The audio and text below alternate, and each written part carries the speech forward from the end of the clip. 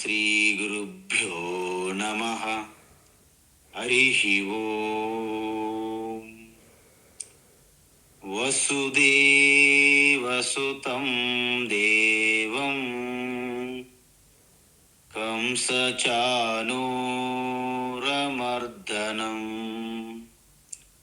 దేవకీ పరమానందం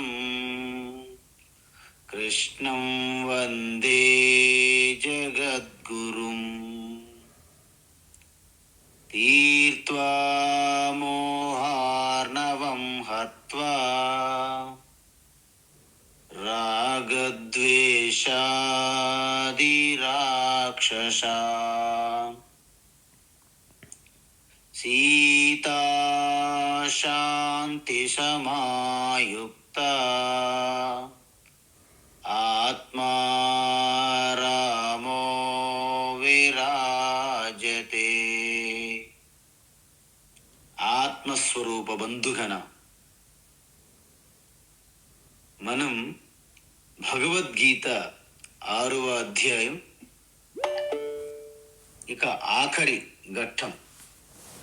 అంటే మనము ఇంతవరకు ధ్యానం యొక్క సాధనల గురించి చూసాము, ధ్యానం స్వరూపం చూసాము, ధ్యానం యొక్క ఫలం చూసాము. తరువాత ఈ ధ్యాన సాధనలో ఉంటూ తన ధ్యాన నిష్ట అంటే ఆత్మస్థితి లక్ష్యాన్ని చేరుకోక ముందే దేహత్యాగం జరిగినచో, ఒకవేళ జరిగితే వాళ్ళ పరిస్థితి ఏమిటి, వాళ్ళనే యోగ భ్రష్టులు అంటారు అని కూడా చూసాం. అయితే ఆ యోగ భ్రష్టుల యొక్క ఏ విధంగా మళ్ళీ నెక్స్ట్ జన్మ ఏ విధంగా ఉంటుంది అని భగవాన్ శ్రీకృష్ణ చెప్పిన తర్వాత, ఇంతకీ ఈ ధ్యానం చేసే, ఇక్కడ ధ్యానము అంటే వేదాంత శ్రవణము నిధిధ్యాసనము తర్వాత చేసే ఆ వేదాంత ధ్యానాన్ని ధ్యాన యోగ అంటారు ఇక్కడ. కాబట్టి ఇప్పటివరకు మనం చూసింది ఏంటంటే, ఎన్ని రకాల సాధకులు తపస్విలు ఉన్నారో వారందరికంటే ఈ గీత శ్రవణము మననము తర్వాత చేసే ఆ నిధిధ్యాసనం చేసే యోగులు ఎవరైతే ఉన్నారో అందరికంటే శ్రేష్ఠులు అని చెప్తున్నారు. 46వ శ్లోకం మనం చూసాము. ఏంటి? తపస్విలు అంటే సగుణ బ్రహ్మ ఉపాసకులు, సగుణ పరమాత్మ, సగుణ ఈశ్వర ఉపాసకులు. వారికంటే ఆత్మస్వరూపతత్వం మీద ధ్యానం చేసే నిధిధ్యాసనం చేసే యోగులు శ్రేష్టమైన వారు. తరువాత జ్ఞానినః అంటే వేదాంతము గీత శ్రవణం చేశారు, మననము జరిగింది, కానీ నిధిధ్యాసనం చెయ్యకుండా ఉన్న జ్ఞానుల కంటే నిరంతరం ఆత్మధ్యానం చేసే ఆ నిధిధ్యాసనం చేసే యోగులు శ్రేష్ఠులు అని చెప్తున్నారు. అదేవిధంగా కర్మిభ్య అంటే కర్మయోగము దగ్గరే ఉండి ఆ కర్మయోగములోనే ఉంటూ ఇంకా శ్రవణ మనన నిధిధ్యాసనం చేయనటువంటి యోగుల కంటే నిధిధ్యాసనం చేసే యోగులు శ్రేష్ఠులు, ఉత్తమమైన వారు. ఇక్కడ మనము 5 మెట్లు చెప్తున్నాం ఈ ధ్యానం రావడానికి. ఒకటి కర్మయోగము. కర్మయోగం చేసే మొట్టమొదటి యోగులు. 2వ రకం వారికంటే కాస్త ఉత్తమమైన వారు ఎవరు? ఉపాసన, సగుణ ఈశ్వర ధ్యానం చేసే ఉపాసకులు నెక్స్ట్ యోగులు అన్నమాట. ఉపాసన చేసే యోగులు. తరువాత ఆత్మ జ్ఞానం యొక్క శ్రవణం చేసే యోగులు. శ్రవణం తర్వాత అదే చింతనం చేసే, అంటే మననం, అంటే ఇటువంటి సంశయములు ఉన్నా నివృత్తి చేసుకునే దశ మననం అంటారు. మననం చేసే యోగులు. చివరికి నిధిధ్యాసనం చేసే యోగులు. సో ఈ యోగులందరిలో కల్లా నిధిధ్యాసనం చేసే యోగులు అత్యంత సమీపంలో ఆత్మస్థితిలో ఉంటారు కాబట్టి ఉత్తమ యోగులు అని చెప్పారనమాట. అందువలన భగవాన్ శ్రీకృష్ణ సలహా ఏమిటంటే, ఓ అర్జున, నువ్వు చివరికి ఈ నిధిధ్యాసనం చేసే యోగి కమ్ము, యోగిగా నువ్వు సాధన చేయి, నిధిధ్యాసన యోగిగా నువ్వు నిలబడు అని చెప్పారు. ఎందుకంటే మనం చూసాం, ఒకవేళ మనం ఎంత సాధన చేసి ఎంత తపస్సు చేసినా చివరి క్షణంలో కూడా బలమైనటువంటి వేరే ఆలోచనలో మనం వెళ్ళినప్పుడు ఆ బలమైన ఆలోచనల వాసన ఆధారంగా మళ్ళీ మీరు యోగ భ్రష్టులుగా వచ్చే అవకాశం ఉంటుంది. అది శ్రీమద్ భాగవతంలో భరతుడు చూశారు మీరు కథ. సర్వరాజ్యము, అన్ని భోగములు, విరక్తి, వైరాగ్యముతో అన్ని త్యజించి అత్యంత అద్భుతమైన సాధన తపస్సు చేసి చివరి సమయంలో ఒక లేడి పిల్లని, అంటే జింక పిల్లని రక్షించబోయి దాని మోహంలో పడిపోయి బలమైన వాసనలుగా తయారవడం వలన యోగభ్రష్టుడిగా జింకగా మళ్ళీ పుట్టారు. కానీ జింకగా పుట్టినప్పుడు పైన వాసనలు మాత్రమే జింక వాసనలు వచ్చాయి, కానీ లోపల తపస్సు యథావిధిగా ఉన్నది. అందుకే అప్రమత్తంగా ఆ జింక జీవితం అనేది తొందరలోనే ముగించి మళ్ళీ మానవ జన్మగా మళ్ళీ పుట్టారు. మొట్టమొదటి నుండే ఆ కిందటి జన్మల యొక్క సంస్కారం బలం ఉండడం వలన చాలా అలర్ట్గా ఉన్నారు, దేంట్లో కూడా మిక్స్ అవ్వకుండా. కూర్మోంగా నీవ సర్వసహ మనం చూసాం 2వ అధ్యాయంలో. వారినే జడ భరత అంటారు. సో అందువలన ఈ యోగి అప్పుడేమైంది, జడభరతుడిగా పూర్తిగా నిధిధ్యాసన యోగిగా మారిపోయారు. అందువలన ఏదైతే ఈ నిధిధ్యాసన చేసే యోగులు ఉత్తమ యోగులో దాని గురించి మళ్ళీ ఒక గొప్పతనం గురించి చెప్తున్నారు. మళ్ళీ ఇంకా ఇది ఆఖరి శ్లోకం, ఆఖరి ఉపదేశం. యోగినామపి సర్వేషాం योगिनामपि सर्वेषां योगिनामपि सर्वेषां మద్గతేనాంతరాత్మనా मद्गतेनान्तरात्मना मद्गतेनान्तरात्मना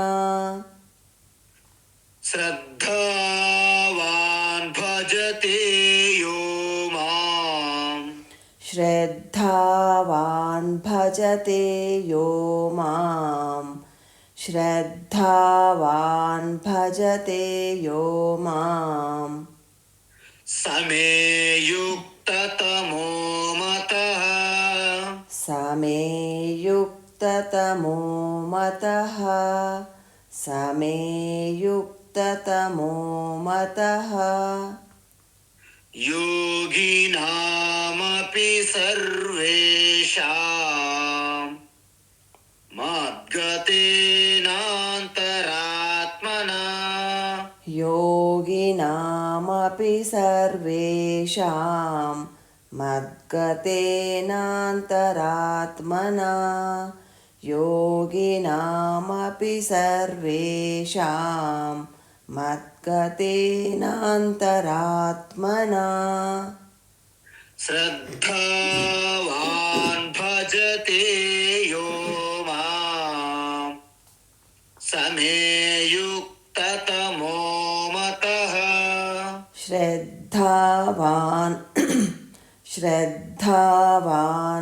భజతే యో మాం సమే యుక్తతమో మతః శ్రద్ధావాన్ భజతే యో మాం సమే యుక్తతమో మతః. ఉత్తమం. అయితే భగవాన్ ఏమంటున్నారంటే సర్వేషామపి అంటే మనం చూసాం కర్మయోగులు, ఉపాసన ధ్యానం చేసే యోగులు, తర్వాత కేవలం శ్రవణం మాత్రం చేసే యోగులు, శ్రవణ మననం రెండూ చేసిన యోగులు, ఆఖరికి నిధిధ్యాసనం ఆత్మతత్వం చింతనతో ఆ వేదాంత ధ్యానం ఏదైతే మనం చూసామో వాళ్ళందరిలో కల్లా నిధిధ్యాసనం చేసే యోగిన గొప్పవాళ్ళు అని చెప్తున్నారు ఇక్కడ. ఎందుకు? వాళ్ళు శ్రద్ధ భక్తితో మద్గతేన అంతరాత్మన మా భజతే అంటే మద్గతేనంటే ఏంటి? పరమాత్మ స్వరూపము యందే అంతరాత్మన అంటే మనస్సు. ఎప్పుడైతే పూర్తిగా మనస్సు ప్రశాంతత పొందుతుందో, ఉపరమణం అని చూసాం మొదట మనం, లాభం. ఆ విధంగా పరమాత్మలోనే లయమయ్యేటప్పుడు ఉండే ఆ మనస్సు స్థితిని వాళ్ళు ఉత్తమ యోగులు, నిధిధ్యాసనములో నిర్వికల్ప సమాధి స్థితిలో ఉన్నటువంటి ఉత్తమ యోగులు అన్నారు. అంటే ఇంతకుముందు ఏ శ్లోకంలో మనం చెప్పాము, 46లో చెప్పాము, అదే విధంగా ఉంది. కాకపోతే ఇక్కడ దేని మీద ధ్యానం చెయ్యాలనే అంశాన్ని మరోసారి గుర్తు చేస్తున్నారు భగవాన్ శ్రీకృష్ణ. ఎందుకంటే దేని మీదైనా మనం ధ్యానం చెయ్యొచ్చు, తెలుసా? ధ్యానం అనేది పలానా దాని మీదే అనేది ఎక్కడ రూల్ లేదు. మనము బంగారం షాపుకి వెళ్ళి నగల మీద ధ్యానం చేయొచ్చు, లేకపోతే మంచి స్వీట్ షాప్లోకి వెళ్ళి ఏదో మిఠాయిల మీద ధ్యానం చేయొచ్చు. అంతెందుకు, కొంతమంది మర్డర్లు చేసే వాళ్ళు కూడా కోర్టులు ఏమంటారు తెలుసా? No, this is a premeditative murder అంటారు. అంటే ఏంటి? ఆ మర్డర్ చేయడానికి కూడా ఆయన చాలా మెడిటేట్ చేశాడనమాట ముందు. అంటే ఏంటి అర్థము? దేని మీద మనం ధ్యానం చెయ్యాలి అనేది మనకు స్పష్టత ఉండాలి. అందుకే ఇక్కడ భగవాన్ ఏమంటున్నారంటే ఎవరైతే మద్గతేన అంతరాత్మన శ్రద్ధావాన్ మాం భజతే అంటే ఎవరైతే మద్గతేన అంటే నన్ను పూర్తిగా లక్ష్యంగా నేనే ఆ ధ్యాన స్వరూపంగా భావించి భజతే అంటే ధ్యానం చేస్తారో. ఇంతకీ నేనంటే ఎవరు? శ్రీకృష్ణ పరమాత్మ. అంటే ఇక్కడ ఒకటి స్పష్టంగా చెప్పారు కృష్ణ పరమాత్మ, ఏంటంటే ఇక్కడ శ్రీకృష్ణ అనేది ఆ రూపము, ఆ మూర్తి, దానిపైన చేసే ధ్యానం ఇది కాదు. ఎందుకు? శ్రీకృష్ణ ఆకారము, ఆ సౌందర్యము, ఆ రూపం పై మీరు ధ్యానం చేస్తే అది ఉపాసనా ధ్యానం అయిపోతుంది. అంటే ముందు కర్మయోగం తర్వాత వచ్చింది, శ్రవణం కంటే ముందు అనమాట. కానీ ఇక్కడ ఇదేంటి? నిధిధ్యాసన ధ్యానం అంటే ఆత్మధ్యానం. అంటే ఇక్కడ శ్రీకృష్ణ కాదు, కృష్ణ పరమాత్మగా ధ్యానం చేయాలి మనం. శ్రీకృష్ణగా కాకుండా కృష్ణ పరమ ఆత్మస్వరూపంగా ధ్యానం చేయాల్సి ఉంటుంది ఇక్కడ. అందుకే మాం అంటే నన్ను, అంటే కృష్ణ పరమాత్మ ఆత్మస్వరూపంగా ఉన్న నేను, ఆత్మస్వరూపంగా నన్ను ధ్యానం చెయ్యాలి. ఎలా? ఆత్మ సంస్థం మన కృత్వ నకించిత్ అపి చింతయేత్ అని మనం చెప్పాం ఇంతకుముందు. ఈ విధంగా ధ్యానం చేయాలి. అది కూడా ఎలా చెయ్యాలి? ఈ విధంగా ధ్యానం చెయ్యాలి. కానీ ఏ స్థితిలో చెయ్యాలి? శ్రద్ధావా అంటే పూర్తిగా శ్రద్ధతో నిండినటువంటి హృదయంలో. అటువంటి ధ్యానము మిమ్మల్ని జీవన్ముక్తులుగా చేస్తుంది. అంతే. ఇంకా జీవన్ముక్తులు అంటే ఏంటంటే ఏ జ్ఞానం శ్రవణంలో మీరు విన్నారో మీ వ్యావహారిక జీవితంలో ప్రతి క్షణము, ప్రతి ఆలోచన వెనక ఆ జ్ఞానం, నేను తోడున్నాను, నన్ను సహాయం తీసుకో అని మీ వెంబటిస్తుంది ఆ జ్ఞానం, ఆత్మజ్ఞానం. వారే జీవన్ముక్తులు. మద్గతేన అంతరాత్మన. ఇక్కడ అంతరాత్మ అంటే ఏంటి? అంతరాత్మన అంటే మనస్సు. మద్గతేనంటే పూర్తిగా ఆత్మయందే లీనమవ్వడం అని అర్థం. ఏంటి లీనమవుతుంది? మనస్సు. అంటే ఎప్పుడైతే మనస్సులో ఉన్న అల్లకల్లోలము, చింతనలు, బెంగ, ఆందోళనలు, అలజడులు, భయం, కోరికలు పోతున్నాయో మనస్సు స్పష్టమైనటువంటి ఆత్మస్వరూపంగా మారిపోతుంది. మనస్సు వెళ్ళి హృదయస్థములో ఉన్నటువంటి ఆ స్ఫురణం ఎరుకలో లయమైపోతుంది. ఎలా? ఉప్పు బొమ్మ ఎలాగైతే సముద్రపు నీటిలో లయమైపోతుందో ఈ మనస్సు కూడా, శుద్ధమైనటువంటి మనస్సు కూడా ఆత్మస్వరూపములోనే లయమైపోతుంది. అంటే పూర్తి ఏకాగ్రత శ్రద్ధతో ఎవరైతే ఆత్మ అంటే కృష్ణ పరమాత్మ ఆత్మస్వరూపంగా ఉన్నారు కాబట్టి దాని మీదే ధ్యానం చేస్తారో వారేమిటి? అంటే వాళ్ళు, ఆ యోగులు యుక్తతమ అంటే పరమశ్రేష్ఠులు. ఎవరిలో పరమశ్రేష్ఠులు? సర్వేషాం యోగిన. ఎంతమంది యోగులు ఉన్నారో ఆ యోగులందరిలోనూ వీళ్ళు ఉత్తమ యోగులు భగవానికి అని మే మత. ఇది నా అభిప్రాయం అర్జున, ఇది నా యొక్క పూర్తి అభిప్రాయం అని చెప్తున్న కృష్ణ పరమాత్మ. ఓం తత్సదితి శ్రీమద్భగవద్గీతాసు ఓం తత్సదితి శ్రీమద్భగవద్గీతాసు ఉపనిషత్సు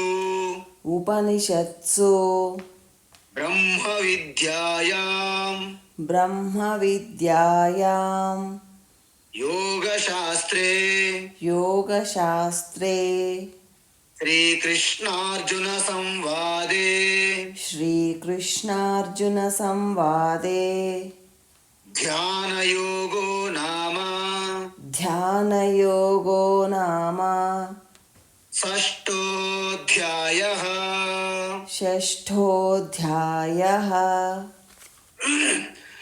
ఈ అధ్యాయానికి 2 పేర్లు ఉన్నాయి. ఏంటి? ధ్యాన యోగము అని అన్నారు, ఇంకొకటి ఆత్మ సంయమ యోగ అంటారు.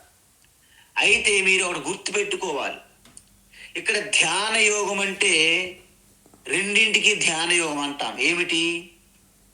ఆత్మజ్ఞానం శ్రవణం చేసే ముందు ఉపాసన చేసేదాన్ని కూడా ఉపాసన ధ్యానం అంటారు. మరి ఆత్మజ్ఞానం శ్రవణం తర్వాత సంశయాలు నివృత్తి చేసుకునే మననము తర్వాత ఆత్మధ్యానము లేదా వేదాంత నిధిధ్యాసనానికి కూడా ధ్యానం అనే అంటారు. కాబట్టి ఇక్కడ శ్రీకృష్ణ పరమాత్మ 6వ అధ్యాయంలో ధ్యాన యోగం అంటే నిధిధ్యాసనం, ధ్యానము, ఉపాసన ధ్యానం ఇది కాదు. ఇది గుర్తుపెట్టుకోవాలి. ఇక్కడ ఆత్మ సంయమ యోగ అని కూడా అంటారని చెప్పాను. అంటే ఇక్కడ ఆత్మ అనేది మనస్సు. పూర్తిగా అంతఃకరణ శుద్ధి జరిగినటువంటి, ఏకాగ్రత సిద్ధించినటువంటి మనస్సు, దాని యొక్క ఆ ఏకాగ్రత, అంతఃకరణ శుద్ధి కలిగిన మనస్సు యొక్క లక్ష్యమే పరమాత్మలో లయం. కాబట్టి దీన్ని ఆత్మ సంయమ యోగ అని కూడా పిలుస్తారు. ఇక్కడితో 6వ అధ్యాయం పూర్తయినది. ఇప్పుడు మనం ఒకసారి ఈ 6వ అధ్యాయం చాలా ముఖ్యమైనది. ఎందుకంటే ఇది యావత్ వేదాంతము, మన సనాతన ధర్మములో ఎక్కడ కూడా ఇంత స్పష్టంగా దొరకదనమాట ఈ ధ్యానం గురించి. అందువలన భగవద్గీతలో 6వ అధ్యాయానికి ప్రత్యేకమైనటువంటి స్థానం. కాబట్టి ఈ అధ్యాయంలో మనం చాలా ముఖ్యమైనది ఏంటంటే మన ఎంటైర్ స్పిరిచువల్ లైఫ్లో, సాధనలో ఈ ధ్యానం అనేది అత్యంత ముఖ్యమైనది. మనం ఇప్పుడే చూసాం. దీన్ని 2 రకాల ధ్యానములుగా చెప్తారు. ఏంటి? మనం వేదాంత శ్రవణము చేసే ముందు చేసే ధ్యానాన్ని ఉపాసనా ధ్యానము, వేదాంతం అర్థం చేసుకున్న తర్వాత మనకి జీర్ణం చేసుకునే విధంగా మన జీవితంలో అన్వయించుకొని ప్రతి క్షణం కూడా ఆత్మజ్ఞానం మనకు తోడుగా ఉండేందుకు ఉపయోగపడే ఆ ధ్యానాన్ని నిధిధ్యాసన ధ్యానం అంటారు. కాబట్టి ఈ విధంగా అందుకే మనం ఏం చెప్పాము?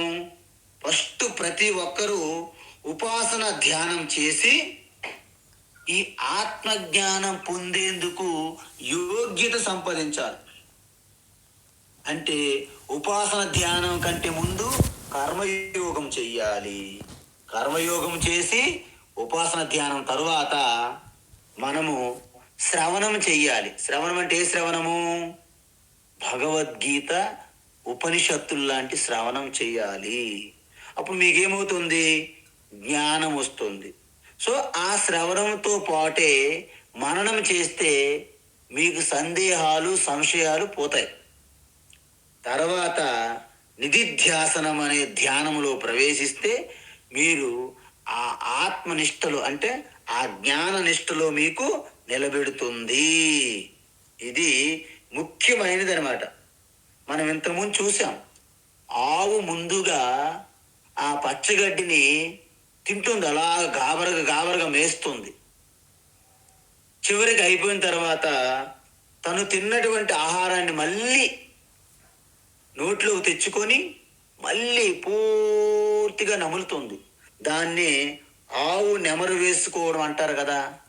అదే విధంగా మీరు శ్రవణ మననము ద్వారా పొందినటువంటి ఆ నిశ్చయమైనటువంటి జ్ఞానం ఏదైతే ఉందో మళ్ళీ ఆవు వలె మీరు దాన్ని గుర్తు చేసుకొని నెమరు వేసుకోవడమే నిధిధ్యాసన ధ్యానము అంటారు.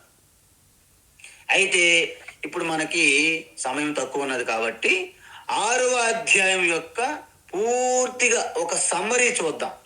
ఏంటి? ముఖ్యంగా 6వ అధ్యాయాన్ని మనము ముందు నేను 5 భాగాలుగా విభజించవచ్చు అన్నాను, కానీ మరొకటి కూడా యాడ్ చేసుకోవాలి. ఏంటది? యోగ భ్రష్టుని యొక్క లక్షణాలు. ఫస్ట్ మనము ఏం చూసాము? బహిరంగ సాధనలు అని చూసాం. అంటే నిరంతరం మనము కర్మయోగం పాటించుకోవాలి. ఎక్కడి వరకు? 1 నుండి 9 మళ్ళీ 16, 17 ఈ శ్లోకాలన్నీ కూడా మీకు బహిరంగ సాధనల గురించి చెప్తాయి. బహిరంగ సాధనలు అంటే ఏంటి స్వామి? అంటే నిత్య జీవితంలో ప్రతిరోజు ప్రతి క్షణం కూడా ఇవి పాటిస్తూ అప్రమత్తంగా ఉండడమే బహిరంగ సాధనలు. మనం చూసాం బహిరంగ సాధనలు అంటే కర్మయోగం పాటించడం. కర్మయోగం అంటే ఏంటి? సరైనటువంటి కర్మ అంటే సాత్వికమైనటువంటి లోకానికి కళ్యాణకారకం కలిగించే ఆ కర్మలు చేయడము. మన యొక్క దృక్పథం ఏంటి? ఈశ్వరార్పణగా కర్మలు చేస్తూ వచ్చే ఆ ఫలం ఏదైతే ఉందో రిజల్ట్ ఈశ్వర ప్రసాదంగా స్వీకరిస్తే, అంటే మనం చెప్పాం అకర్త అభోక్త రూపం, పంచమహాయజ్ఞాలు చెప్పాం. ఇవన్నీ పాటిస్తే కర్మయోగము అంటారు. అందువలన ధ్యాన యోగి కావాలంటే, ధ్యాన యోగులుగా మీరు మారాలంటే ఖచ్చితంగా కర్మయోగం ఆచరించాల్సిందని భగవాన్ శ్రీకృష్ణ మొట్టమొదటి శ్లోకం నుంచి చెప్పారు. ఆయన అనాశ్రిత కర్మ ఫలం కార్యం కర్మ కరోతి యః సన్యాసీ చ యోగీ చ నిరగ్నిర్న చాక్రియః. నిజానికి కర్మయోగుల్ని సన్యాసులతో సమానం అని చెప్పేశారు, డిక్లేర్ చేశారు కృష్ణ పరమాత్మ. కాబట్టి ఇది అద్భుతమైనటువంటి బహిరంగ సాధన. తర్వాత ఆత్మవిశ్వాసం. చాలా మందికి తన శక్తి సామర్థ్యం ఎంత ఉన్నప్పటికీ విశ్వాసం ఉండదు. వాళ్ళకి అన్నీ తెలుసు, కానీ ఎవరైనా చెప్పమని అడిగినప్పుడు చెప్పలేరు. అది తెలియదని కాదు, వాళ్ళకు అన్నీ తెలుసు. వాళ్ళకు సామర్థ్యం, శక్తి, బుద్ధి, వివేకం అన్నీ ఉన్నాయి. వైరాగ్యం పుష్కలంగా ఉంది. కానీ అవసరమైనప్పుడు అవి బయటికి రావు. ఎందుకు? విశ్వాసం సన్నగిల్లిందంట. అందువలన ఇక్కడ విశ్వాసం అవసరం. అందుకే మనము మా తాతలు పలైన వాళ్ళు, మా తాతల ముత్తాతల పలైన వాళ్ళు, మా నాన్న పలైన వాళ్ళు అని చెప్పుకుంటాం. ఎందుకు? మనకు స్ఫూర్తి, విశ్వాసం వస్తుంది కొంత. మా తాత ఘనాపాటి, మా నాన్న జటాపాటి, నాకు ఏ పార్టీ లేదు అని అంటారు కొంతమంది. అందువలన మనం పుట్టినప్పుడే పరమాత్మ స్వరూపం సంతానం మనము. ఎలా? మాతా చ పార్వతీదేవి పితా దేవో మహేశ్వర బాంధవా శివభక్తాశ్చ స్వదేశో భువనత్రయం అని భోజనం చేసేటప్పుడు ఈ శ్లోకం పాడుతుంటారు. సాక్షాత్తు పరమశివ మన జగత్పిత, జగజ్జనని అన్నపూర్ణ పార్వతీదేవి మన తల్లి. మనకెందుకు విశ్వాసం తక్కువ ఉంటుంది? మనం చాలా గొప్పవాళ్ళం. మన తల్లిదండ్రులు జగత పితరవు వందే పార్వతీ పరమేశ్వరు. కాబట్టి మనందరికి కూడా ఈశ్వర కృప సమానంగా ఉంది. అందులో ఎవరికి డోకా లేదు. అలాగే మన యొక్క పుణ్యం ఆధారంగా గురు కృప ఉంది మీకు, శాస్త్ర కృప, శాస్త్రం అందుబాటులో ఉంది.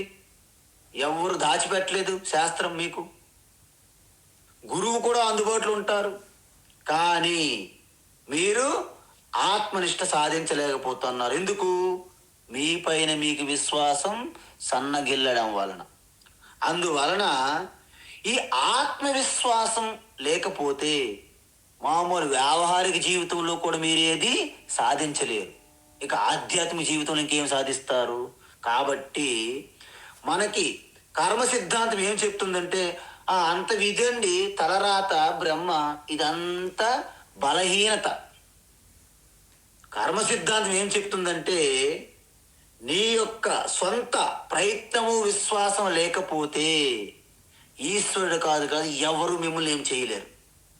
అందుకే దీన్ని పక్కన పెట్టేందుకే అపోహలు, ఆ భయము, అంధవిశ్వాసాలు, మూఢనమ్మకాలు పక్కన పెట్టేందుకే భగవాన్ ఏమన్నారు? ఉద్ధరేదాత్మనాత్మానం నాత్మానం అవసాదయేత్ ఆత్మైవ హ్యాత్మనో బంధు ఆత్మైవ రిపురాత్మనః అని చెప్పారు భగవాన్. కాబట్టి మిమ్మల్ని మీరు ఉద్ధరించుకోకుండా ప్రయత్నం చేయకపోతే ఆ యొక్క ఈశ్వరుడు కూడా మిమ్మల్ని సహాయం చేయలేరు. అందువలన నా ప్రయత్నం అవసరం లేదు, అంత ఈశ్వరుడు చూసుకుంటారు అనుకుంటే ఈశ్వరుడు ఏమీ చూడలేరు. చూస్తారు తప్ప ఏమీ జరగదనమాట. అందువలన మీరు ఎప్పుడు కూడాను తన సొంత విశ్వాసం అనేది సన్నగిల్లకూడదు. అందుకే మొట్టమొదట మనం ఏం చెప్పాము? ప్రపంచం మీద ఆధారపడతాము, వ్యక్తులు ప్రపంచం మీద. అది మారిపోతుందని తెలిసి షాకులు దెబ్బలు తిన్నాక ఈశ్వరుని మీద ఆధారపడతాము. అంత ఈశ్వరుని చెప్పుకుంటాం మనం. తరువాత ఈశ్వరుడు బయట లేడు కదా, అంతా వ్యాపించి ఉన్న ఈశ్వరుడు నా లోపల ఉన్నాడు, బయట వెతకడం ఏమిటి అని ఆత్మస్వరూపుగా రావడమే అది అసలైన భక్తి. అదే నిజమైన జ్ఞానము. అదే నిజమైనటువంటి యోగులు అవుతారు మీరు. ఈ విధంగా బహిరంగ సాధనలు అయిపోయినాయి. ఇవి ఎలా అవుతున్నాయి? ఇంకా రెండు ఉన్నాయి. ఏంటది? ఆత్మ నియంత్రణ అంటారు. అంటే సెల్ఫ్ కంట్రోల్. ఏం చెప్పాం మనము? శరీరము, ఇంద్రియములు, మనస్సు, బుద్ధి ఇవన్నీ కూడా ఒకదానికొకటి సహకరించుకునే విధంగా పర్ఫెక్ట్ క్రమశిక్షణతో ఉండాలి. దీన్నే కఠోపనిషత్తులో యమధర్మరాజు చెప్పారు రథకల్పన రూపంలో. మనం కూడా కారు అని మార్చాం. కాబట్టి మీ యొక్క శరీర, ఇంద్రియ, మనసు, బుద్ధిని చాలా పర్ఫెక్ట్ కంట్రోల్లో, అంటే సర్వీస్ చేసినటువంటి కారు ఎలాగైతే ఉంటుందో ఆ విధంగా ఉంచుకోవాలి. అప్పుడు మీకు పూర్తిగా మీ యొక్క శరీరం మీద కంట్రోల్ వస్తుంది.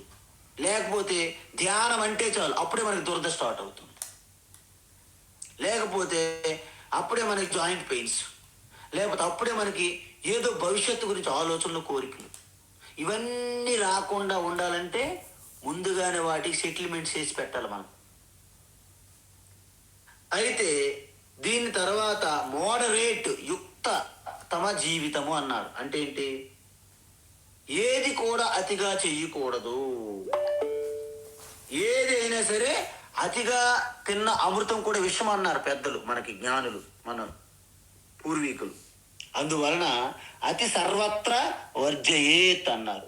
అంటే అతిగా తిన్నా మీరు యోగులు కాలేరు, పూర్తిగా ఆహారం తినకపోయినా మీరు యోగులు కాలేరు, అతిగా నిద్రించినా పూర్తి నిద్రపోకుండా ఉన్నా మీరు యోగులు కాలేరని స్పష్టంగా అద్భుతమైనటువంటి ఒక నిర్దేశము, ఒక నియమావళి చెప్పారు.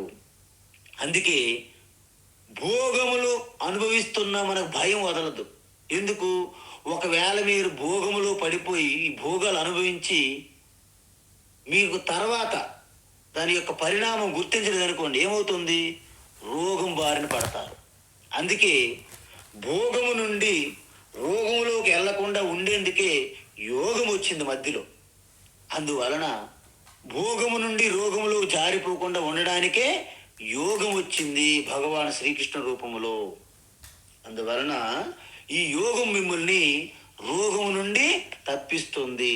అది శారీరక రోగమైన, సంసార రోగమైన, యోగం అనేది మీకు ఒక పడవలాగా దాటిస్తుంది అన్నమాట. అయితే ఈ విధంగా మీకు మనో నిగ్రహము, ఇంద్రియ నిగ్రహము అవసరము. యుక్తాహార విహారస్య యుక్త చేష్టస్య కర్మసు యుక్త స్వప్నావబోధస్య యోగో భవతి దుఃఖః. మీరు అన్నిటి యందు మోడరేట్.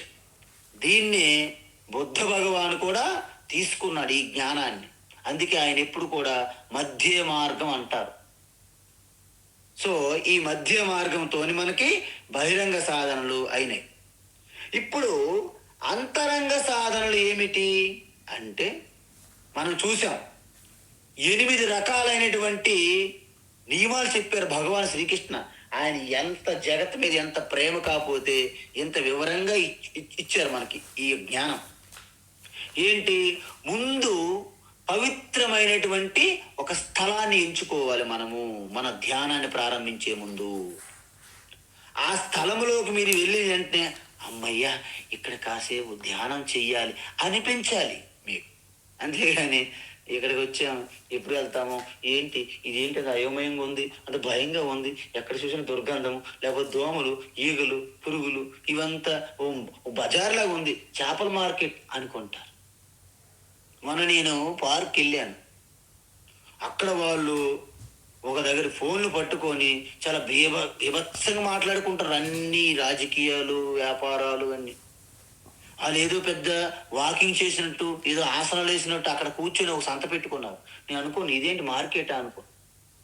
కాబట్టి ఆ స్థలానికి, ఆ ప్రదేశానికి వెళ్ళిన వెంటనే మీకు ఒక ఆధ్యాత్మిక అనుభూతి కలిగే వాతావరణం ఉండాలి. అలా లేకుంటే మనం అలా మార్చుకోవాలి. తరువాత సమయం ఎందుకు మనం ప్రాతకాలం మంచిదంటున్నామంటే, ఇంతకు ముందు రోజు జరిగినటువంటి ఆందోళనలు, అలజడులన్నీ నిద్రా సమయంలో కొంత కనుమరుగయ్యాయి, అట్టడుగు స్థాయిలోకి వెళ్ళాయి. మళ్ళీ తర్వాత చేయబోయే ఈ బెంగలు, కలతలు, ఆందోళనలు, అలజడుల్లోకి ప్రవేశించే ముందు ఈ సంధ్యా సమయం ఉంటుంది మనస్సుకి. ఆ సంధ్యా సమయము తామసిక గుణము తక్కువ. ఎందుకు? మీరు బాగా నిద్రపోయారు కాబట్టి. రజోగుణం ఇంకా ఏర్పడలేదు. ఎందుకు? ఇంకా మీరు బయట ఇంక ప్రపంచంలోకి అడుగు పెట్టలేదు. మధ్యలో ఉన్న సంధ్యా సమయము సాత్వికంగా ఉంటుంది మనస్సు. మీ మాట వింటాది, లేకపోతే మీ మాట మనస్సు వినదు. అందువలన కాలము కూడా మనకి చాలా ఇంపార్టెంటు. అందుకే దాన్ని బ్రహ్మముహూర్తం అని చెప్పారు. అందరూ బ్రహ్మముహూర్తంలో చేస్తారని చెప్పేసి అలా చెప్పారు. మీరేం కంగారు పడక్కర్లేదు. మీకు రోజులో ఏ సమయం అయితే మనస్సు ప్రశాంతంగా ఉన్నదో అప్పుడు చేసుకోవచ్చు. కాబట్టి సమయం అవసరం. ఆసనం ఆసనం కూడా మనం చెప్పాం. ఒక మంచి ఆసనం ఫస్ట్ ద దర్భాసనం అని చెప్పాను. దర్భాసనం తర్వాత ఏదైనా చర్మం, తర్వాత ఒక మంచి శుభ్రమైనటువంటి వస్త్రం. ఇవి ఆ రోజుల్లో ప్రసిద్ధి. ఇప్పుడు స్వామీజీ నాకు దర్భాసనం దొరకడం లేదు, నేను ధ్యానం చేయలేను, నాకు చర్మం లేదు, నేను ధ్యానం చేయలేను. అది తప్పు. ఎందుకంటే ఇప్పుడు మీకు ఉన్నటువంటి ఆసనములు ఒక బ్లాంకెట్ 4 మడతలు పెట్టి 3 మడతలు పెట్టి వేస్తే బ్రహ్మాండం ఆసనం అయిపోద్ది. లేకపోతే అదే మనకి వస్త్రం ద్వారా ఆసనాలుగా మనకి మార్కెట్లో అమ్ముతున్నారు కూడా. ఏదైనా మీరు వాడచ్చు. ఆ విధంగా ఆసనం అనేది మీకు మాత్రమే ఉండాలి. ఒకరి ఆసనం ఇంకొకరు వాడకూడదు ధ్యానం కోసం. అది కేవలం ధ్యానం కోసమే ఉండాలి. తర్వాత శరీరం యొక్క స్థితి మనం చూసాం. రోజు మనం ధ్యానం చేసేటప్పుడు సమం కాయ శిరోగ్రీవం, శరీరము, మెడ, శిరస్సు నిఠారుగా పెట్టాలని చెప్పాం. అదేవిధంగా నేత్రములు అంటే ఇక మూయినట్టు దగ్గరగా కలవకుండా ఉండే స్థితిలో ఆ నేత్రములు ఉంచినప్పుడు దేనిని చూడాలి అంటే కేవలము చూస్తున్నానా అనే భావన తప్ప చూడడం అనేది ఇక్కడ ఇంపార్టెంట్ కాదు. అందువలన ఆ నేత్రములు చూడనటువంటి నేత్రములు ముక్కు చివరి భాగం చూడమని చెప్పారు. ఎందుకు? మీరు కనులు మూస్తే నిద్రలోకి వెళ్ళిపోతారని, కనులు తెరిస్తే ఏవేవో చూస్తారని ఆ విధంగా చెప్పారు. ఆ తర్వాత ప్రాణ సామ్యం. అందుకే మనము శ్వాసని ఉచ్ఛ్వాస నిశ్వాసలని సమమయ్యేటట్లు గమనించమంటున్నాం. ఈ విధంగా మనకి 5వ అధ్యాయం ఆఖరులు చెప్పారు. స్పర్శాన్ కృత్వా బహిర్బాహ్యాన్ చక్షుశ్చైవాంతరే భ్రువో ప్రాణాపానౌ సమౌ కృత్వా నాసాభ్యంతరచారిణౌ అని చెప్పారు. కాబట్టి ఈ విధంగా మన ఆలోచనలకు శ్వాసకు మధ్య అనుబంధం ఉంది. ఎప్పుడైతే మీరు ఈ శ్వాసని సమం చేసి దాని యొక్క నియంత్రణ మీకు అందుతుందో మనసు గిలగిల కొట్టుకొని మీరు చెప్పినట్టు వింటారు మనస్సు. రమణ మహర్షి కూడా ఉపనిషత్తుల్లో ఉన్నదే రమణ మహర్షి కూడా చెప్పారు. ప్రాణబంధనాత్ లీయతే మనా జాల పక్షివత్ రోధ సాధనం అని. ఎప్పుడైతే ఈ శ్వాసని మీరు అలాగా మీ స్వాధీనంలోకి వస్తుందో మనసు గిలగిల గిలగిల గిలగిల వలలో పడినటువంటి పక్షి వలె కొట్టుకొని మీకు సరెండర్ అయిపోతుంది మనస్సు. తద్వారా ఇంద్రియములన్నీ కూడా మీ స్వాధీనంలోకి వస్తాయి. అంటే ఎప్పుడైతే ఇంద్రియములు ప్రాణమంతా పక్కగా అయిందో అప్పుడు మీకు మనస్సు అనేది మెల్లగా హృదయస్థంలో లయమైపోతుంది. అందువలన మనం ప్రతిరోజు మనసు నిగ్రహించుకోవాలంటే ధ్యానం చేసే 15 నిమిషాలు 20 నిమిషాలు మనం చేస్తున్నాం. 15 నిమిషాలు అనుకోండి మనం చేసేది. ఇప్పుడు మనము ఎన్ని పాత్రల్లో మనం జీవిస్తున్నాము. నేను తండ్రిగా ఉన్నాను, నేను తమ్ముడుగా ఉన్నాను, నేను అక్కగా ఉన్నాను, నేను తల్లిగా ఉన్నాను, నేను కూతురుగా ఉన్నాను, నేను భార్యగా ఉన్నాను. ఇవన్నీ పాత్రలు, సర్వం పాత్రలు పక్కన పెట్టి బట్టలు తీసి పెట్టినట్టు. అప్పుడే తప్ప మీకు గుర్తుకి మీ ఆత్మ రాదు. అంటే ఏంటి? మరి ఏ సంబంధం ఉండాలి కదా అంటే నా ఆత్మగా ఉన్న పరమాత్మతో సంబంధం పెట్టుకోండి. అవసరమైతే ఈ వేదాంత ఆత్మజ్ఞానం ఉపదేశించే గురువును కూడా స్మరించవచ్చు. అంటే ఏంటి? ఆ గురువును స్మరించినప్పుడు ఆ ఉపదేశం మీకు గుర్తుకు రావాలి. మళ్ళీ గురువు యొక్క రూపం అవసరం లేదు అక్కడ మనకి. ఈ విధంగా గుర్తు చేసుకోవచ్చు అన్నారు. అంటే ధ్యానములో మీరు సన్యాసం స్వీకరించినట్లు అని అర్థం. సర్వం త్యాగం, సర్వ సంకల్ప త్యాగి భవ అని అర్థం. ఈ విధంగా ఈ ధ్యానం మీకు చాలా అవసరం పోతుంది. ఇప్పుడు బుద్ధి ద్వారా మీరు ఎప్పుడైతే శ్రవణం చేశారో, మనస్సుకి నచ్చ చెప్పి మనస్సు మీ కంట్రోల్లో వచ్చిందో, అప్పుడు పూర్తిగా బుద్ధి మనస్సు రెండుగా మరి ఉండవు, ఒక్కటైపోతుంది. అన్యోన్యం అన్యోన్యం అంటారు కదా, ఏంటి? వశిష్ట అరుంధతి అని ఉదాహరణ చెప్తారు మన వాళ్ళు. ఆ విధంగా మనస్సు అనే అరుంధతి, బుద్ధి అనే వశిష్ఠ కలిసిపోయి ఒక్కటి సమత్వ స్థితిలో ఆ యొక్క హృదయస్థముల ఆత్మలో లయమవుతుంది. అయితే నెక్స్ట్ ఇప్పుడు వరకు మనం ఏం చూసాము? ఆంతరంగిక సాధనలు చూసాం. బుద్ధి నిశ్చయము, మనో నిగ్రహము, ఇంద్రియ నిగ్రహము, ప్రాణ సామ్యము, శరీర స్థితి, ఆసనము, కాలము, దేశము, ఇవన్నీ మనము అంతరంగిక సాధనలు చెప్పాం వివరంగా ఇంతకుముందు. ఇప్పుడు ధ్యాన స్వరూపం గురించి చెప్తున్నారు భగవాన్ శ్రీకృష్ణ. అంటే 18వ శ్లోకం నుండి 28వ శ్లోకం వరకు ధ్యాన స్వరూపం గురించి చెప్తున్నారు అన్నమాట. ఇందులో మనం చూసాం, మనము పూర్తిగా ఆ ధ్యానంలో మనకి పతంజలి యోగ సూత్రముల నుండి మనం తీసుకున్నాం. ఇక్కడ అష్టాంగ యోగ మార్గం నుండి ఏంటది? యమ నియమ అవన్నీ బహిరంగ సాధన అంతరంగ సాధనలు వచ్చేసాయి. అయితే ధారణ, ధ్యానం, సమాధి, ఇది అసలైనటువంటి ఒక హృదయ స్థానం అన్నమాట ధ్యానానికి. ఎందుకు? శ్రవణములో మీరు చేసుకున్నటువంటి రికార్డింగ్ ఏదైతే ఉందో, రికార్డింగ్ చేశారు, ఆ రికార్డింగు నిధిధ్యాసనంలో ప్లే చేయాలి. స్వామీజీ మన క్లాసులో మీరు రికార్డింగ్ చేయడం మర్చిపోయాం స్వామీజీ. మీరు అప్పుడు మర్చిపోతే మళ్ళీ మీరు రెండోసారి ఎలా ప్లే చేస్తారు? సో రికార్డింగ్ చేసి ఉండాలి. నేను మెమరీ కార్డు ఎట్టం మర్చిపోయాను అంటే నేను మనో నిగ్రహం లేకుండా అలా కూర్చుని అలా స్తంభం అలాగా. అందువలన ఏకాగ్రత శ్రద్ధతో శ్రవణం చేయమంటారు. అందుకే మీరు రికార్డింగ్ చేసుకోవాలి, రిసీవ్ చేసుకోవాలి మీరు మనసు ద్వారా, బుద్ధి ద్వారా. అప్పుడు నిధిధ్యాసనంలో దాన్ని గుర్తు చేసుకుంటే రికార్డ్ చేసిన క్యాసెట్టే మనం ప్లే చేసినట్టు అన్నమాట. దాన్ని ధారణ అంటే మీరు ఎప్పుడైతే ఆత్మస్వరూప విషయాన్ని మీరు ఎంచుకొని దాని మీద దృష్టి పెడతారో దానిని ధారణ అంటారని చెప్పాం. అయితే దృష్టి పెట్టిన తరువాత ఆత్మకు సంబంధించిన చింతన, ఆలోచన తప్ప వేరే ఆలోచన రానియకుండా అదే సజాతీయ ప్రత్యయ ప్రవాహం అంటారు. అలా ఒకే ఆత్మస్వరూప చింతన నుండి మనస్సు చెదిరిపోకుండా ఉంటే దానిని ధ్యానం అంటారు. మరి సమాధిలో ధ్యాన వస్తువులో సహజంగా లయమవుతుంది. ఎందుకు? మనస్సు వెళ్ళి అందులో లయమైపోయింది. ఉప్పు బొమ్మ ఉదాహరణ ఎప్పుడు చెప్తుంటాను నేను, అది నాకు చాలా ఇష్టం. అందువలన ధ్యానములో మీరు ప్రయత్నముతో పాటు అలాగ చింతన జరుగుతుంది. తరువాత సహజ సిద్ధంగా మీకు తెలియకుండే మీ బ్యాక్గ్రౌండ్లో చింతన జరుగుతుంది.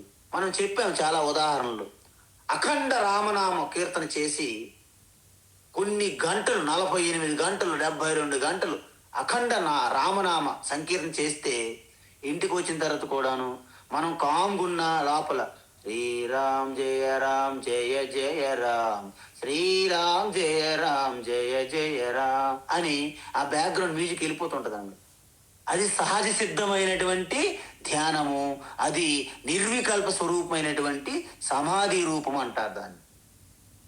ఈ విధంగా సమాధి స్థితి పొందినటువంటి యోగులు ఎటువంటి ప్రయోజనం పొందుతారు అని చెప్పారు.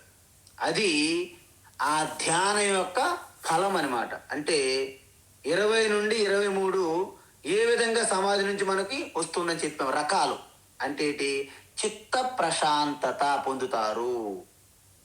తర్వాత అంత నాలో ఉన్న ఆత్మస్వరూపమే అంతర్యామిగా ఉన్న ప్రతి ప్రాణి జీవులో కూడాను పరమాత్మ ఉన్నారు కాబట్టి ఆత్మ దర్శనమే ఈశ్వర దర్శనము, ఈశ్వర దర్శనమే ఆత్మ దర్శనము అని చెప్పాం.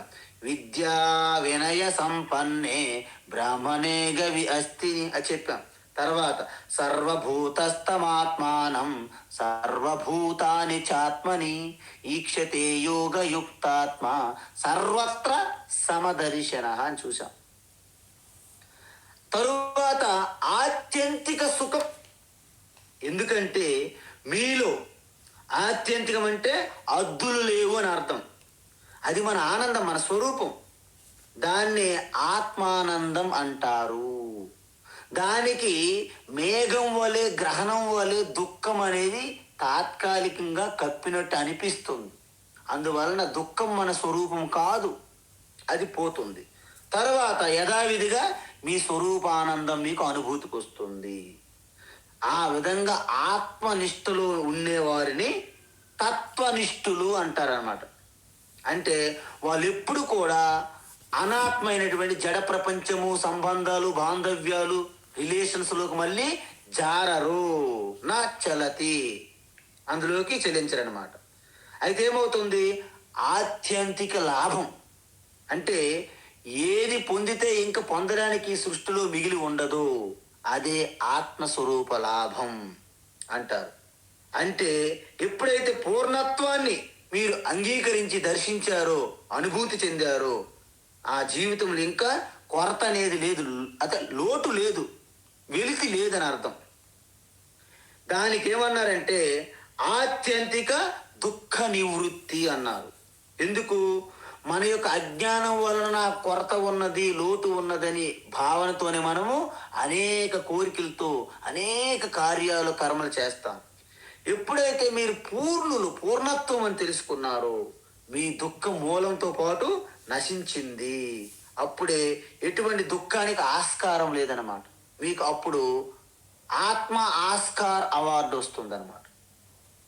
తరువాత ఏంటంటే దుఃఖ సంయోగ వియోగం. అంటే దుఃఖముతో ఇన్నాళ్ళ మనము సహజీవనం చేస్తున్నాం. ఈ దుఃఖం, ఈ బాధ, ఈ బెంగ, ఈ అభద్రత, భయం, వీటితో మనం సహజీవనం చేస్తున్నాం. ఎప్పుడైతే మీ యొక్క ఆత్మలాభం, అత్యంత దుఃఖ నివృత్తి అంటే అత్యంత సుఖం వచ్చిందో, మీరు పూర్తిగా ఈ దుఃఖము నుండి సహజీవనం అనేది డివోర్స్, విడాకులు తీసుకుంటారనమాట. అంటే దుఃఖముతో నేను చేసే సహజీవనానికి మీరు ఫుల్ స్టాప్ పెడతారనమాట అక్కడ. తరువాత ఈ ధ్యాన ఫలం ఏమిటి? 29 నుండి 32వ శ్లోకం వరకు ఆ ధ్యానం వల్ల కలిగే ఫలం చెప్తున్నారనమాట. ఏమిటది? పూర్తిగా ఆత్మ దర్శనం స్థితి మీకు అనిపిస్తుంది. ఎందుకు?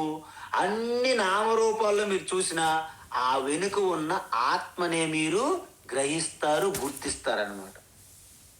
ఈ విధంగా అంటే రాగద్వేషాలకి అతీత స్థితిలోకి మీరు సహజంగా వెళ్ళిపోతారు. కాబట్టి దాన్ని సమత్వ బుద్ధి లేదా సమదర్శనము, వారినే జీవన్ముక్తులు అంటారనమాట. సో ఈ విధంగా నిరంతరము ధ్యానం చేయడం వలన మీకు రాగము ఉండదు, ద్వేషము ఉండదు. ఎందుకంటే మీకు సహజమైనటువంటి ఆ స్వభావంగా మారిపోతుంది ఆత్మస్థితి. ఇప్పుడు కాఫీ ముందు మనకి ఇష్టం ఉండొచ్చు, కానీ అలాగ కొన్ని సంవత్సరాల కాఫీ తాగి తాగి తాగి ఒక్కసారి కాఫీ లేకపోతే ఏమవుతుంది? విలువెల్లు ఆడిపోతారు, మీకు తలనొప్పి వచ్చేస్తుంది, అమ్మ హెడేక్ వచ్చేస్తుంది అంటారు. అలా కాకుండా అసలు కాఫీ పూర్తిగా దాని యొక్క చింతనే లేదనుకోండి, కాఫీ ఉన్నా లేకపోయినా మీకు సంబంధమే లేదు. అదేవిధంగా ఏదైనా మనం అలవాటు చేసామనుకోండి, మనస్ఫూర్తిగా దానికి అతుక్కుంటుంది అనమాట. సో మీ ఆత్మస్వరూపం అనే స్థితిని మనసుకు అలవాటు చేయడం వలన మీరు నిధిధ్యాసన యోగులుగా మారారు. కాబట్టి ఇక మీకు అవుట్ సైడ్ నుండి అంటే బయట నుండి వచ్చేది లేదు, పోయేది లేదు, నా లేనాదేనా కూర్చునే అవుతా అంటే ఇచ్చేది లేదు, తీసుకునేది లేదని అర్థం. ఈ స్థితిలో మీరు ఉన్నారనమాట. అయితే ఈ ధ్యానానికి ఉన్నటువంటి ఆటంకాలు ఏమిటి? 33 నుండి 36వ శ్లోకం వరకు ధ్యానంలో కూర్చున్నప్పుడు మనకు వచ్చే ప్రతిబంధకాలు ఉంటాయి. అయితే మనము 4 రకాలు చూసాం. నిద్ర రావచ్చు, మనసు చంచలంగా పోవచ్చు, విక్షేపం, తర్వాత కషాయం అని చెప్పాం, తరువాత రసాస్వాదనం అని చెప్పాం. ఇవన్నీ 4 రకాలు వస్తాయి. కానీ అర్జునుడి సమస్య ఏమిటి? విక్షేపము అంటే చంచలత్వం. కాబట్టి భగవాన్ ఏం చెప్పారు? అభ్యాస వైరాగ్యం ద్వారా నువ్వు దాన్ని స్వాధీనపరుచుకోవచ్చు. అంటే ఈ సాధన అంటే ధ్యాన సాధన రోజు నిరంతరం ఎంత మెరుగ్గా విడిచిపెట్టకుండా చేస్తారో మీకు ఇదంతా ఈ అభ్యాసం ద్వారా మనస్సు అనేది మీరు చెప్పినంత వరకు మనసు బయటికి వెళ్ళదు. ఆ విధంగా ఒక పెంకి గుర్రాన్ని ఎలాగైతే రౌతు స్వాధీనం చేసుకుంటారో మనసును అలా చేసుకోవాలని కూడా మనం చెప్పాం. తర్వాత వైరాగ్యం, రాగద్వేషాలు బానిస కాకుండా ఈ ఆధ్యాత్మిక సాధనలకి మొట్టమొదటి భయంకరమైనటువంటి మధుకైటభ, రావణ కుంభకర్ణ, దంతవక్త శిశుపాల, హిరణ్యకశిపులు ఎవరంటే ఈ రాగద్వేషాలే మనకి. ఇవి అంతరంగ శత్రువులు. అంటే మావోయిస్టు, నక్సలైట్లు, నక్సలైట్ల టైపు మన దేశంలో ఉంటారు. వారికి మనం ఏమి చెయ్యలేము, మన మీద యుద్ధం చేస్తాం. కాబట్టి ఆంతరంగికమైనటువంటి అంతర్గత శత్రువులు అన్నమాట. ఈ విధంగా వైరాగ్యం అంటే ఏంటి? ఇక ఆత్మ కంటే మిగతా ఏమీ లేదు. అంటే చెరుకు రసం తీసుకున్న తర్వాత పిప్పుతో నాకు ఏం పని అని ఎవరైతే అది చేస్తారో వారికి వైరాగ్యం అనేది సహజంగా వస్తుంది. తర్వాత లాస్ట్ పోర్షన్ యోగ భ్రష్ట అంటే 37 నుండి 45వ శ్లోకం వరకు యోగ భ్రష్టుడు. ఎందుకంటే ఇంత సాధన తపస్సు చేసి కూడా ఒకవేళ లక్ష్యాన్ని చేరుకోకపోతే వాళ్ళ పరిస్థితి ఏమిటి అని అర్జునుడి ప్రశ్న. కాబట్టి ఇక్కడ వరకు భగవాన్ ఉపదేశం అయిపోయింది, 6వ అధ్యాయం అయిపోయినట్టే. కానీ అర్జునుడి ప్రశ్న వలన భగవాన్ దాన్ని కూడా చాలా వివరంగా చెప్పారు. అది మనం చూసాం, 2 రోజులు చాలా వివరంగా చూసాం. అందువలన ఎవరైతే ఈ శ్రవణ మనన నిధిధ్యాసన ద్వారా ఇంకా పూర్తి కాకుండా ఒకవేళ శరీరం దేహత్యాగం జరిగినా వాళ్ళు ఆ యొక్క శ్రవణం వలన కలిగే పుణ్యం వలన స్వర్గాది లోకాలకు వెళ్తారు. అక్కడ పుణ్యం ఖర్చు అయిన వెంటనే మంచి సంస్కారవంతులు, ఐశ్వర్యవంతుల్లో ఇంట్లో పుట్టవచ్చును, లేదా ఒక గొప్ప జ్ఞాని యోగులు ఇంట్లో కూడా జన్మించవచ్చును. అది చాలా దుర్లభమని కూడా చెప్పారు. ఈ విధంగా చెప్పి తరువాత ఎవరైతే ఈ నిధిధ్యాసనం పూర్తి చేస్తారో యోగులు, వాళ్ళు మళ్ళీ యోగభ్రష్టులుగా పుడితే ఆ పూర్వజన్మ వాసన సంస్కారం వలన తొందరలోనే మళ్ళీ ఈ దారిని పట్టుకుంటారు మార్గాన్ని. వాళ్ళు ఇహైవ జన్మనే మోక్షం పొందుతారు అని చెప్పి తర్వాత ఉపసంహారములో 46, 47 ఏం చెప్పారంటే ఎంతమంది యోగులు ఉన్నా కూడా, ఎంతమంది కర్మయోగం చేసే కర్మయోగులు, సగుణ ఈశ్వర ఉపాసన చేసే ఉపాసన యోగులు, కేవలము శ్రవణం చేసే యోగులు, మననము శ్రవణం చేసే యోగులు ఉన్నప్పటికీ చివరికి నిధిధ్యాసనం ఎవరైతే చేస్తారో ఆ యోగులు అందరికంటే గొప్ప యోగులు.